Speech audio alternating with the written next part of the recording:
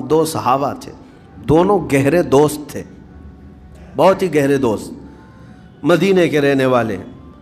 اس میں سے ایک صحابی تجارت کے لیے جا رہے تھے اور ان کے گھر بار میں ان کی بیوی تھی بس، اور کچھ نہیں۔ تو اپنے دوست سے کہا کہ میں جا رہا ہوں، مجھے آنے میں تاخیر ہو سکتی ہے، میرے گھر پر اگر کبھی سودا سلف لانے کی ضرورت پیش آئی تو میری بیوی کو یہ پہنچا دینا، ساز و سامان۔ یہ کہہ کر کے وہ تجارت پہ چلے گئے۔ جو دوست صحابی تھے، دیکھیں صحابہ کے بہت سارے کام امت کے لیے درس ہیں، قیامت تک آنے والے مسلمانوں کے لیے وہ مشعل راہ ہیں۔ تو وہ جو دوست صحابی تھے سودا سلف لے کر کے گھر جایا کرتے تھے اپنے دوست کی بیوی کو پہنچانے کے لیے۔ ایک دن ایسا ہوا کہ شیطان نے ورغلایا اور سودا سلف سامان لے کر گھر گئے۔ ان کی خاتون باہر آئی دوست کی، انہوں نے اس خاتون کا صرف ہاتھ پکڑ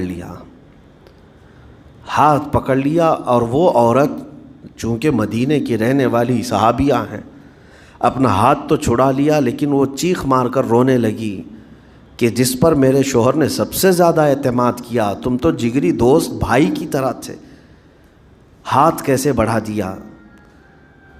تو اس صحابی کو فوراً احساس ہو گیا کہ میں بہت بڑی خطا کر گیا، میرے بھائی اور میرے دوست کی امانت میں نے خیانت کر دیا، اس نے مجھ پر بھروسہ کیا تھا اور اس کی بیوی کا میں نے ہاتھ پکڑ لیا۔ بس اتنی سی بات تھی، وہ خاتون بھی رونے لگ گئی کہ میرے ساتھ کیا ہوا، یہ صحابی بھی رونے لگ گئے، احساس فوراً ہو گیا کہ میں نے غلط کیا ہے، سودا سلف لانے کے وقت مجھ سے غلطی ہو گئی، خطا ہو گئی۔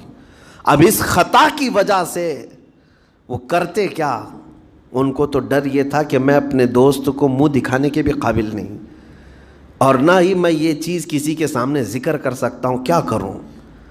تو مدینہ چھوڑ کر کے چلے گئے پہاڑیوں میں، اور بغیر کھانا پانی سب کچھ بھی نہیں تھا، پہاڑیوں کے بیچوں بیچ رہنے لگے، اور صرف روتے تھے اور گر جاتے تھے، اور کمزوری آ گئی جسم میں، اٹھنے پھرنے کی بھی طاقت نہیں تھی۔ اب وہ دوست ان کے صحابی تجارت سے واپس آئے، گھر میں آتے ہی ان کی خاتون نے بتا دیا کیا معاملہ پیش آیا۔ وہ بہت جلال میں آئے اور کہا کہ میرا دل ٹوٹ گیا، آج میری کمر ٹوٹ گئی، جس کے ساتھ ہم نے پوری زندگی بتائی آج اس نے میری عورت کے ساتھ ایسا کیسے کیا؟ بہرحال انسان ہے، خطا ہوتی ہے، انسان ہے، بھولنا اور خطا کرنا اس کی عادت ہے۔ اب ان کو دل میں تو بہت تکلیف ہوئی، کروں کیا؟ لیکن وہ صحابی تھے، انہوں نے کہا یہ معاملہ سیدھے حضور پاک کی بارگاہ میں رکھتا ہوں، کہا کہ میں سزا دوں گا یا پھر جو ہے ان کے لیے جو قرار واقعی چیز ہوگی وہ دلا کر رہوں گا۔ بارگاہ مصطفیٰ صلی اللہ تعالیٰ علیہ وسلم میں تشریف لائے، عرض کیا کہ آقا ایسا ہو گیا، میرے معتمد ساتھی نے میرے گھر میں ایسا معاملہ کر دیا۔ نبی پاک صلی اللہ تعالیٰ علیہ وسلم غمگین ہو گئے کہ ان دونوں کے درمیان ایسا کیسے ہو گیا۔ پھر تھوڑی دیر کے بعد رحمت عالم صلی اللہ علیہ وسلم جو غیب داں نبی ہیں، ہر چیز کو جانتے بلکہ اپنے امتیوں کے احوال سے باخبر رسول ہیں، نبی پاک صلی اللہ تعالیٰ علیہ وسلم اپنے اس غریب صحابی کے حالات معلوم کیے، پتہ چلا کہ وہ تو گھر بھی چھوڑ دیا، مدینے بھی چھوڑ دیا، پہاڑیوں میں جا کر کے پناہ لے کر کے اکیلا تنہا رہ رہا ہے۔ اللہ کے نبی صلی اللہ تعالیٰ علیہ وسلم اپنے اس غریب امتی صحابی کے حالات معلوم کرنے کے بعد اللہ کریم کی بارگاہ میں عرض کرتے ہیں کہ مولا تو فیصلہ سنا دے۔ اللہ تعالیٰ نے آیت نازل فرمائی، جو آیت میں نے آج آپ کے سامنے تلاوت کیا۔ اللہ تعالیٰ فرماتا ہے والذین اذا فعلوا فاحشۃ او ظلموا انفسهم، جن لوگوں نے گناہ کر لیا یا اپنی جان پر ظلم کیا ہے، پھر ذکروا اللہ فاستغفروا لذنوبہم، اللہ کو پھر جلدی یاد کر لیا اور توبہ کر لیا، رب تعالیٰ فرماتا ومن یغفر الذنوب الا اللہ، محبوب بتاؤ اللہ کے سوا کون ہے گناہوں کی بخشش کرنے والا؟ اللہ تعالیٰ ان کے گناہوں کو معاف کر دیتا ہے جو فوراً اپنے گناہ کے بعد یاد کر لیتے ہیں کہ مجھ سے خطا ہوئی ہے۔ رسول کریم صلی اللہ تعالیٰ علیہ وسلم نے اس صحابی کو بتایا تیرے بھائی سے بھول ہوئی، خطا ہوئی، لیکن رحمان نے اس کی بخشش کا مصداق قرآن میں سنا دیا کہ وہ باز آ گیا اور توبہ کر رہا ہے، لہٰذا تیرے لیے بھی یہ زیب نہیں دیتا کہ تو اب کوئی انتقام لے، تو اپنے دل سے معاف کر۔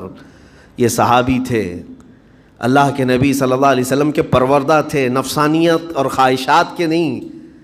یہ فوراً گئے اور اپنے اس جگری دوست کو، اپنے اس بھائی کو ڈھونڈتے ہوئے پہاڑیوں کے بیچوں بیچ جا کر کے دیکھا، ان کی حالت بہت خستہ تھی، کمزور ہو گئے تھے، اور روتے روتے اتنا تھک گئے تھے، نہ کھانا ہے نہ پانی ہے، بس یہ کہ ان سے خطا کیا ہوئی تھی، اپنے دوست کی عورت کا ہاتھ پکڑ لیا تھا، بس میرے عزیزو اس سے بڑا نہیں۔ ہاتھ پکڑنے پر ان کو اس قدر احساس تھا کہ مدینہ چھوڑ دیے۔ لوگ یہاں پورے کے پورے گناہ میں ڈوب جاتے ہیں، زنا میں ڈوبتے ہیں، انہیں احساس تک نہیں۔ یہ صحابی گئے، اور جیسے ہی یہ گئے تو وہ ہوش میں آئے اور رونے لگے کہ میرا بھائی آ گیا اور اب شاید یہ انتقام لے گا، بدلہ لے گا، مجھے مار ڈالے گا، کیونکہ میں نے اس کا اعتماد توڑا، اس کا بھروسہ ختم کیا۔ لیکن یہ صحابی گئے اور ان کا ہاتھ پکڑا اور اپنے سینے سے لگایا، کہا کہ تو بھی ابن آدم ہے، میں بھی ابن آدم ہوں، انسان ہے، خطا ہو گئی، لیکن بشارت ہے تجھے کہ اللہ نے قرآن میں محبوب کی بارگاہ میں آیت اتاری، تیری بخشش کا پروانہ اتار دیا۔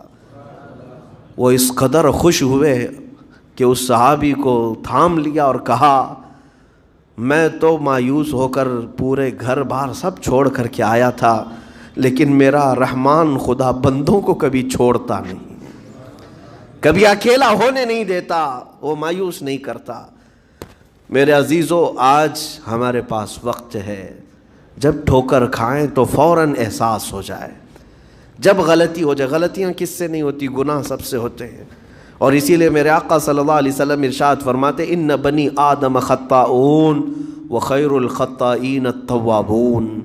آدم کی ساری اولاد خطا کرتی ہے، یعنی آدمی سب خطا کرتے ہیں، لیکن بہترین خطا کرنے والا وہ ہے جو خطا کرتے ہی توبہ کر لیتا ہے، توبہ کر لیتا ہے۔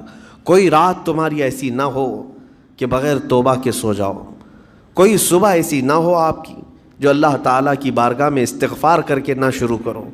ہر دن توبہ کرو، ہر دن اللہ کریم کی بارگاہ میں استغفار کرو۔